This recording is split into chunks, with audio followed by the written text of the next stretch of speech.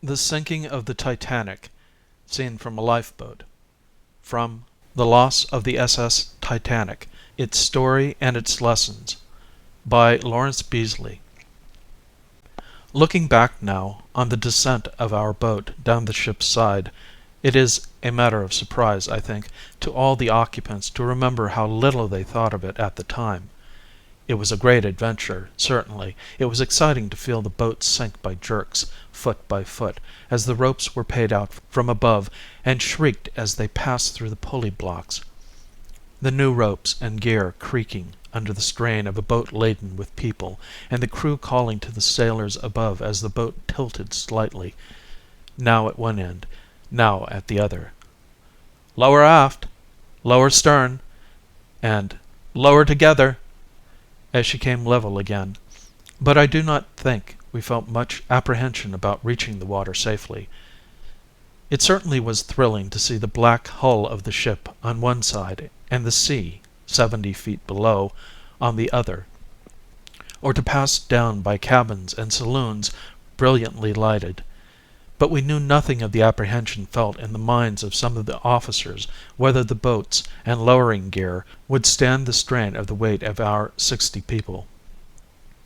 The ropes, however, were new and strong, and the boat did not buckle in the middle as an older boat might have done. Whether it was right or not to lower the boats full of people to the water, and it seems likely it was not, I think there can be nothing but the highest praise given to the officers and crew above for the way in which they lowered the boats one after the other safely to the water. It may seem a simple matter to read about such a thing, but any sailor knows, apparently, that it is not so. An experienced officer has told me that he has seen a boat lowered in practice from a ship's deck with a trained crew and no passengers in the boat, with practiced sailors paying out the ropes in daylight in calm weather with the ship lying in dock, and has seen the boat tilt over and pitch the crew headlong into the sea. Contrast these conditions with those obtaining that Monday morning at 12:45 a.m., and it is impossible not to feel that, whether the lowering crew were trained or not, whether they had or had not drilled since coming on board, that they did their duty in a way that argues the greatest efficiency. I cannot help feeling the deepest gratitude to the two sailors who stood at the ropes above and lowered us to the sea. I do not suppose they were saved. Perhaps one explanation of our feeling little sense of the unusual in leaving the Titanic in this way was that it seemed the climax to a series of extraordinary occurrences. The magnitude of the whole thing dwarfed events that in the ordinary way would seem to be full of imminent peril. It is easy to imagine it: a voyage of 4 days on a calm sea without a single untoward incident. The presumption, perhaps already mentally half realized, that we should be ashore in 48 hours and so complete a splendid voyage, and then to feel the engine stop, to be summoned on deck with little time to dress, to tie on a life belt, to see rockets shooting aloft in call for help, to be told to get into a lifeboat. After all these things, it did not seem much to feel the boat sinking down to the sea. It was the natural sequence of previous events, and we had learned in the last hour to take things just as they came. At the same time, if anyone should wonder what the sensation is like, it is quite easy to measure 75 feet from the windows of a tall house or a block of flats, look down to the ground, and fancy himself with some 60 other people crowded into a boat so tightly that he could not sit down or move about, and then picture the boat sinking down in a continuous series of jerks as the sailors pay out the ropes through cleats above. There are more pleasant sensations than this. How thankful we were that the sea was calm and the Titanic lay so steadily and quietly as we dropped down her side. We were spared the bumping and grinding against the side which so often accompanies the launching of boats. I do not remember that we even had to fend off our boat while we were trying to get free. As we went down, one of the crew shouted, "We are just over the condenser exhaust. We don't want to stay in that long or we shall be swamped. Feel down on the floor and be ready to pull up the pin which lets the ropes free as soon as we are afloat." I had often looked over the side and noticed this stream of water coming out of the side of the Titanic just above the waterline. In fact, so large was the volume of water that as we plowed along and met the waves coming towards us, this stream would cause a splash that sent spray flying. We felt as well as we could in the crowd of people on the floor, along the sides, with no idea where the pin could be found, and none of the crew knew where it was, only of its existence somewhere, but we never found it. And all the time we got closer to the sea, and the exhaust roared nearer and nearer, until finally we floated with the ropes still holding us from above, the exhaust washing us away and the force of the tide driving us back against the side, the latter not of much account in influencing the direction, however. Thinking over what followed, I imagine we must have touched the water with the condenser stream at our bows, and not in the middle as I thought at one time. At any rate, the resultant of these three forces was that we were carried parallel to the ship, directly under the place where boat 15 would drop from her davits into the sea. Looking up, we saw her already coming down rapidly from B deck. She must have filled almost immediately after ours. We shouted up, "Stop lowering 14!" Footnote: in an account which appeared in the newspapers of April 19, I have described this boat as 14, not knowing they were numbered alternately. And the crew and passengers in the boat above, hearing us shout and seeing our position immediately below them, shouted the same to the sailors on the boat deck. But apparently they did not hear, for she dropped down foot by foot. 20 feet, 15, 10, and a stoker and I in the bows reached up and touched her bottom, swinging above our heads, trying to push away from our boat from under her.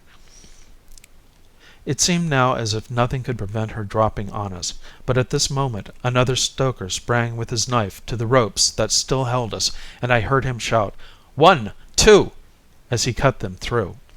The next moment we had swung away from underneath 15, and were clear of her as she dropped into the water, in the space we had just before occupied. I do not know how the bow ropes were freed, but imagine that they were cut in the same way, for we were washed clear of the Titanic at once by the force of the stream and floated away as the oars were got out. I think we all felt that that was quite the most exciting thing we had yet been through, and a great sigh of relief and gratitude went up as we swung away from the boat above our heads. But I heard no one cry aloud during the experience. Not a woman's voice was raised in fear or hysteria. I think we all learnt many things that night about the bogey called fear, and how the facing of it is much less than the dread of it. The crew was made up of cooks and stewards, mostly the former, I think, their white jackets showing up in the darkness as they pulled away, two to an oar.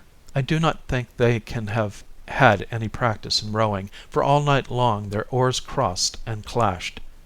If our safety had depended on speed or accuracy in keeping time, it would have gone hard with us. Shouting began from one end of the boat to the other as to what we should do, where we should go, and no one seemed to have any knowledge how to act. At last we asked, "Who is in charge of this boat?" But there was no reply. We then agreed by general consent that the stoker, who stood in the stern with the tiller, should act as captain. And from that time he directed the course, shouting to other boats and keeping in touch with them. Not that there was anywhere to go or anything we could do. Our plan of action was simple: to keep all the boats together as far as possible, and wait until we were picked up by other liners. The crew had apparently heard of the wireless communications before they left the Titanic, but I never heard them say that we were in touch with any boat but the Olympic. It was always the Olympic that was coming to our rescue. They thought they knew even her distance, and making a calculation, we came to the conclusion that we ought to be picked up by her about 2 o'clock in the afternoon. But this was not our only hope of rescue. We watched all the time the darkness lasted for steamers' lights, thinking there might be a chance of other steamers coming near enough to see the lights which some of our boats carried. I am sure there was no feeling in the minds of anyone that we should not be picked up next day. We knew that wireless messages would go out from ship to ship, and as one of the stokers said, "The sea will be covered with ships tomorrow afternoon. They will race up from all over the sea to find us." Some even thought that fast torpedo boats might run up ahead of the Olympic. And yet the Olympic was, after all, the farthest away of them all. 8 other ships lay within 300 miles of us. How thankful we should have been to know how near help was, and how many ships had heard our message and were rushing to the Titanic's aid. I think nothing has surprised us more than to learn so many ships were near enough to rescue us in a few hours.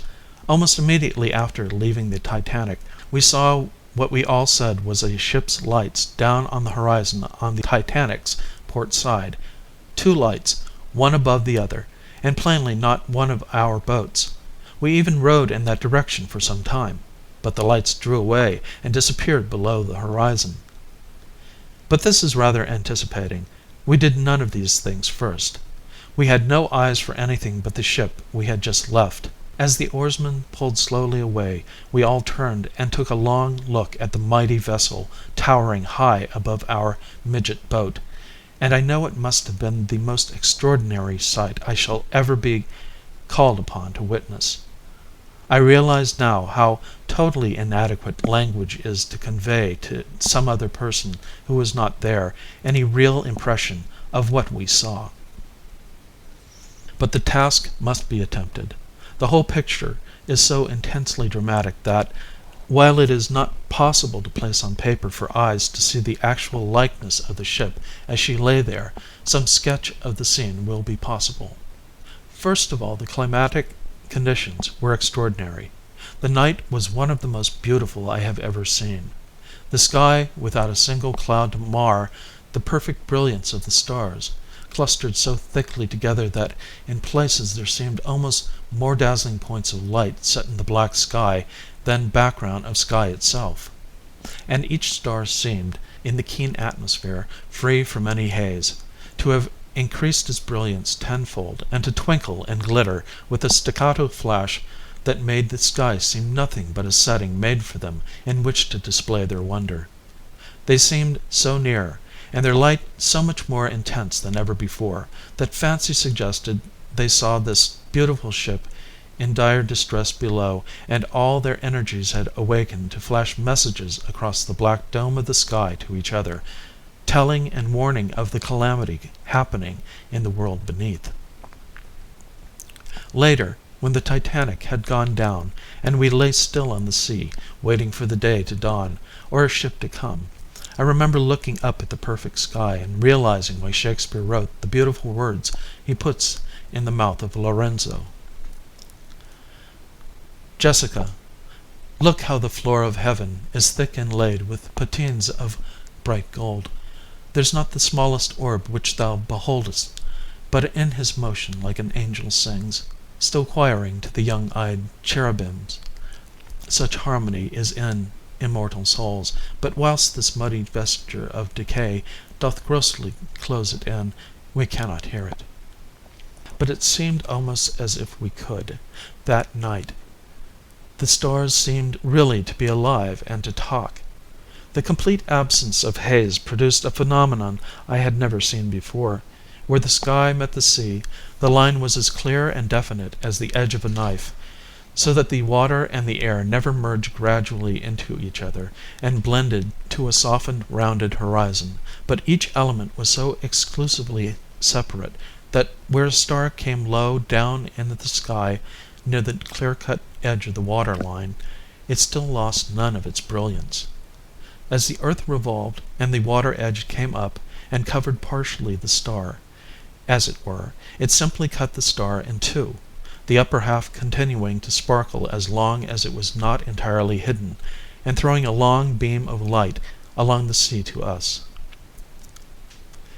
In the evidence before the United States Senate Committee, The captain of one of the ships near us that night said the stars were so extraordinarily bright near the horizon that he was deceived into thinking that they were ships' lights. He did not remember seeing such a night before. Those who were afloat will all agree with that statement. We were often deceived into thinking they were lights of a ship. And next, the cold air. Here again was something quite new to us.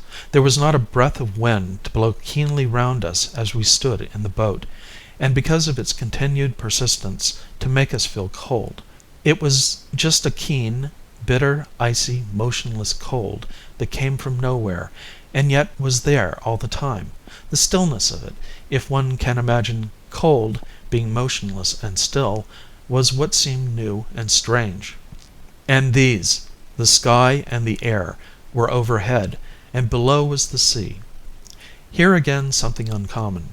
The surface was like a lake of oil, heaving gently up and down with a quiet motion that rocked our boat dreamily to and fro. We did not need to keep her head to the swell. Often I watched her lying broadside on to the tide. And with a boat loaded as we were, this would have been impossible with anything like a swell. The sea slipped away smoothly under the boat, and I think we never heard it lapping on the sides, so oily in appearance was the water. So when one of the stokers said he had been to sea for 26 years and never yet seen such a calm night, we accepted it as true without comment. Just as expressive was the remark of another, "It reminds me of a bloomin' picnic." It was quite true. It did. A picnic on a lake, or a quiet inland river like the Cam, or a backwater on the Thames. And so in these conditions of sky and air and sea, we gazed broadside on the Titanic from a short distance. She was absolutely still. Indeed, from the first it seemed as if the blow from the iceberg had taken all the courage out of her, and she had just come quietly to rest, and was settling down without an effort to save herself, without a murmur of protest against such a foul blow. For the sea could not rock her. The wind was not there to howl noisily around the decks, and make the ropes hum. From the first, what must have impressed all as they watched was the sense of stillness about her, and the slow, insensible way she sank lower and lower in the sea, like a stricken animal. The mere bulk alone of the ship, viewed from the sea below, was an awe-inspiring sight.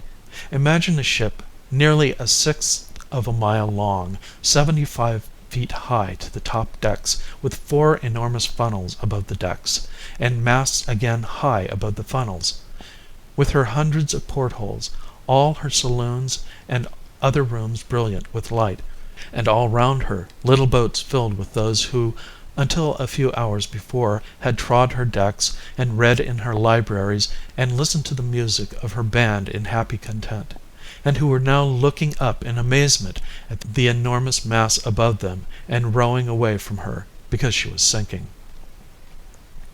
I had often wanted to see her from some distance away, and only a few hours before, in conversation at lunch with a fellow passenger, had registered a vow to get a proper view of her lines and dimensions when we landed at New York. To stand some distance away to take in a full view of her beautiful proportions, which the narrow approach to the dock at Southampton made impossible. Little did I think that the opportunity was to be found so quickly and so dramatically. The background, too, was a different one from what I had planned for her. The black outline of her profile against the sky was bordered all round by stars studded in the sky, and all her funnels and masts were picked out in the same way. Her bulk was seen where the stars were blotted out. And one other thing was different from expectation. The thing that ripped away from us instantly, as we saw it, all sense of the beauty of the night, the beauty of the ship's lines, and the beauty of her lights. And all these taken in themselves were intensely beautiful.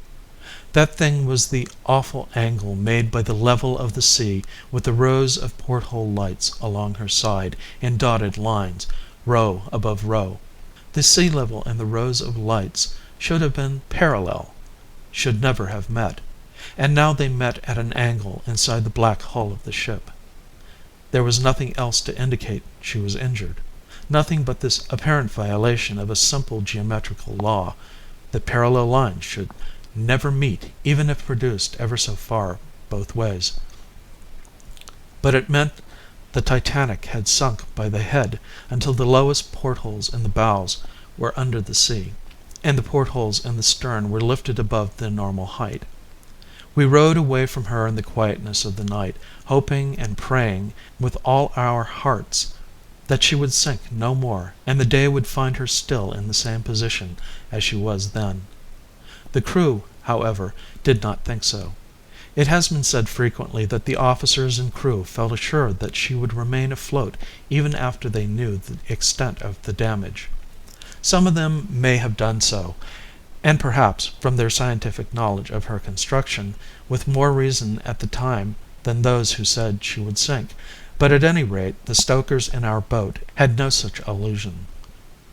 One of them, I think he was the same man that cut us free from the pulley ropes, told us how he was at work in the stokehole, and in anticipation of going off duty in quarter of an hour, thus confirming the time of the collision as 11:45, had near him a pan of soup keeping hot on some part of the machinery. Suddenly the whole side of the compartment came in, and the water rushed him off his feet. Picking himself up, he sprang for the compartment doorway, and was just through the aperture when the watertight door came down behind him, like a knife, as he said. They worked them from the bridge. He had gone up on deck, but was ordered down again at once, and with others was told to draw the fires from under the boiler, which they did, and were then at liberty to come on deck again. It seems that this particular knot of stokers must have known almost as soon as any one of the extent of injury. He added mournfully, "I could do with that hot soup now." And indeed he could. He was clad at the time of the collision, he said, in trousers and singlet, both very thin on account of the intense heat in the stokehole, and although he had added a short jacket later, his teeth were chattering with the cold. He found a place to lie down underneath the tiller on the little platform where our captain stood, and there he lay all night with a coat belonging to another stoker thrown over him, and I think he must have been almost unconscious. A lady next to him, who was warmly clad with several coats, tried to insist on his having one of hers, a fur-lined one, thrown over him, but he absolutely refused, while some of the women were insufficiently clad, and so the coat was given to an Irish girl with pretty auburn hair standing near, leaning against the gunwale, with an outside berth, and so more exposed to the cold air. This same lady was able to distribute more of her wraps to the passengers, a rug to one, a fur boa to another, and she has related the amusement that at the moment of climbing up the Carpathia's side, those to whom these articles had been lent offered them all back to her, but as, like the rest of us, she was encumbered with a lifebelt, she had to say she would receive them back at the end of the climb. I had not seen my dressing gown since I dropped into the boat, but sometime in the night a steerage passenger found it on the floor and put it on. It is not easy at this time to call to mind who were in the boat, because in the night it was not possible to see more than a few feet away, and when dawn came we had eyes only for the rescue ship and the icebergs. But so far as my memory serves, the list was as follows: no first-class passengers, 3 women, 1 baby, 2 men from the second cabin, and the other passengers steerage, mostly women. A total of about 35 passengers. The rest, about 25 and possibly more, were crew and stokers. Near to me all night was a group of 3 Swedish girls, warmly clad, standing close together to keep warm, and very silent. Indeed, there was very little talking at any time. One conversation took place that is, I think, worth repeating. One more proof that the world after all is a small place. The 10 months old baby, which was handed down at the last moment, was received by a lady next to me, the same who shared her wraps and coats. The mother had found a place in the middle, and was too tightly packed to come through to the child, and so it slept contentedly for about an hour in a stranger's arms. It then began to cry, and the temporary nurse said, "Will you feel down and see if the baby's feet are out of the blanket?" I don't know much about babies, but I think their feet must be kept warm. Wriggling down as well as I could, I found its toes exposed to the air and wrapped them well up, when it ceased crying at once. It was evidently a successful diagnosis. Having recognized the lady by her voice, it was much too dark to see faces. As one of my vis-a-vis at the purser's table, I said, "Surely you are Miss—" "Yes," she replied, "and you must be Mr. Beesley. How curious we should find ourselves in the same boat." Remembering that she had joined the boat at Queenstown, I said, "Do you know Clonmel? A letter from a great friend of mine who is staying there at—" giving the address, "came aboard at Queenstown. Yes, it is my home, and I was dining at— just before I came away." It seemed that she knew my friend, too, and we agreed that of all places in the world to recognize mutual friends, a crowded lifeboat afloat in mid-ocean at 2 a.m., 1,200 miles from our destination, was one of the most unexpected. And all the time, as we watched, the Titanic sank lower and lower by the head, and the angle became wider and wider as the stern porthole lights lifted and the bow lights sank, and it was evident she was not to stay afloat much longer. The captain stoker now told the oarsmen to row away as hard as they could. Two reasons seemed to make this a wise decision. One, that as she sank she would create such a wave of suction that boats, if not sucked under by being too near, would be in danger of being swamped by the wave her sinking would create. And we all knew our boat was in no condition to ride big waves, crowded as it was and manned with untrained oarsmen.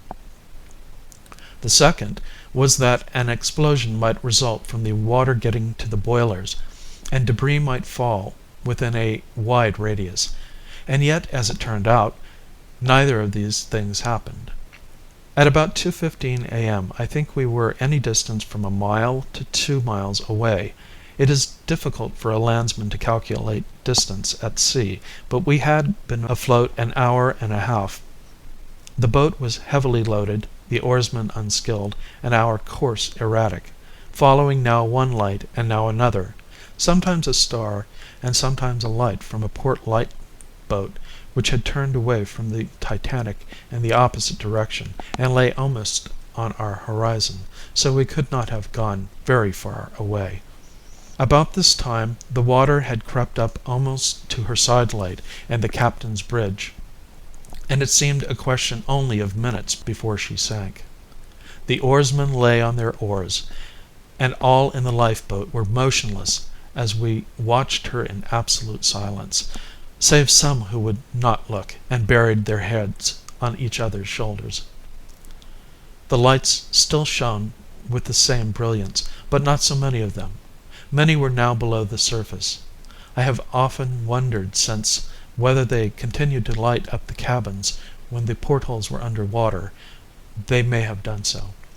And then, as we gazed awestruck, she tilted slowly up, revolving apparently about a center of gravity just astern of amidships, until she attained a vertically upright position, and there she remained, motionless. As she swung up, her lights, which had shone without a flicker all night, went out suddenly, came on again for a single flash, then went out altogether.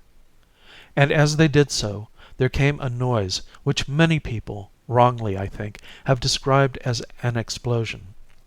It has always seemed to me that it was nothing but the engines and machinery coming loose from their bolts and bearings, and falling through the compartments, smashing everything in their way. It was partly a roar, partly a groan, partly a rattle, and partly a smash, and it was not a sudden roar as an explosion would be.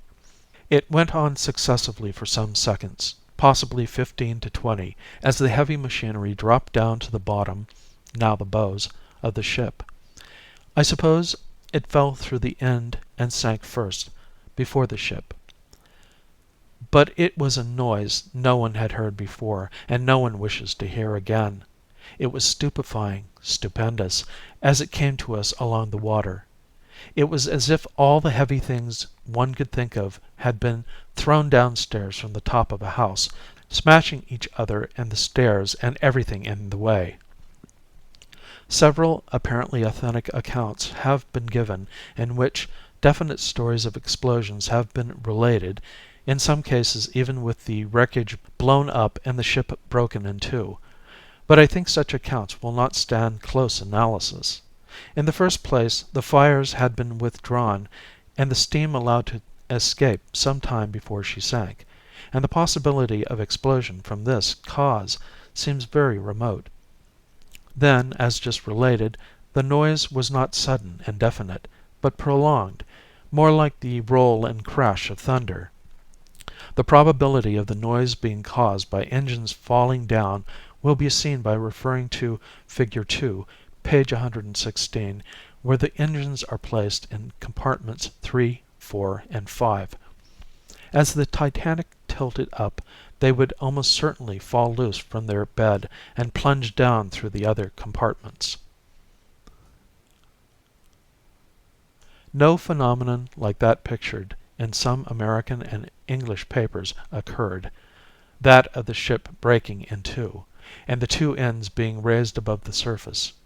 I saw these drawings in preparation on board the Carpathia, and said at the time that they bore no resemblance to what actually happened.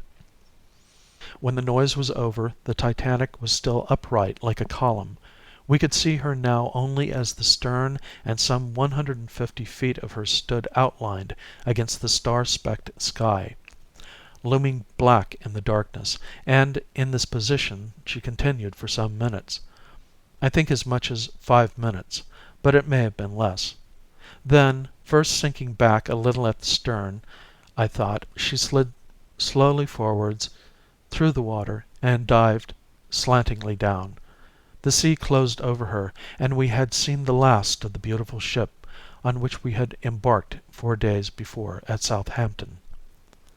And in place of the ship, on which all our interest had been concentrated for so long, and towards which we looked most of the time, because it was still the only object on the sea which was a fixed point to us, in place of the Titanic, we had the level sea now stretching in an unbroken expanse to the horizon, heaving gently, just as before, with no indication on the surface that the waves had just closed over the most wonderful vessel ever built by man's hand. The stars looked down just the same, and the air was just as bitterly cold. There seemed a great sense of loneliness when we were left on the sea, in a small boat without the Titanic. Not that we were uncomfortable, except for the cold, nor in danger. We did not think we were either. But the Titanic was no longer there. We waited head on for the wave which we thought might come, the wave we had heard so much of from the crew, and which they said had been known to travel for miles, and it never came. But although the Titanic left us no such legacy of a wave as she went to the bottom, she left us something we would willingly forget forever, something which is well not to let the imagination dwell on, the cries of many hundreds of our fellow passengers struggling in the ice-cold water. I would willingly omit any further mention of this part of the disaster from this book, but for 2 reasons it is not possible. First, that as a matter of history it should be put on record, and secondly, that these cries were not only an appeal for help in the awful conditions of danger in which the drowning found themselves, an appeal that could never be answered, but an appeal to the whole world to make such conditions of danger and hopelessness impossible ever again, a cry that called to the heavens for the very injustice of its own existence, a cry that clamored for its own destruction. We were utterly surprised to hear this cry go up as the waves closed over the Titanic. We had heard no sound of any kind from her since we left her side, and as mentioned before, we did not know how many boats she had or how many rafts.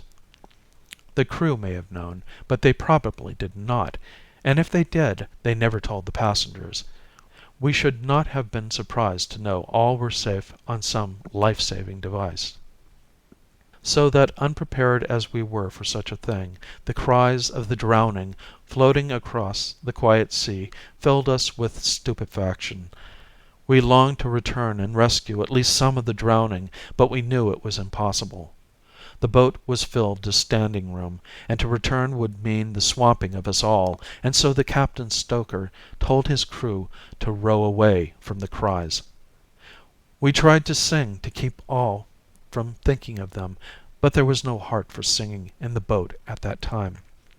The cries, which were loud and numerous at first, died away gradually, one by one.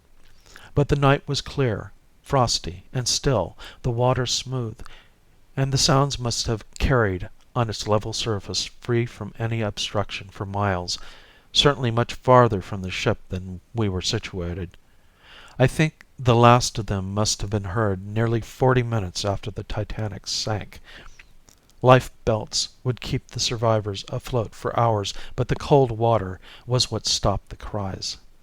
There must have come to all those safe in the lifeboats, scattered round the drowning at various distances, a deep resolve that, if anything could be done by them in the future to prevent the repetition of such sounds, they would do it, at whatever cost of time or other things.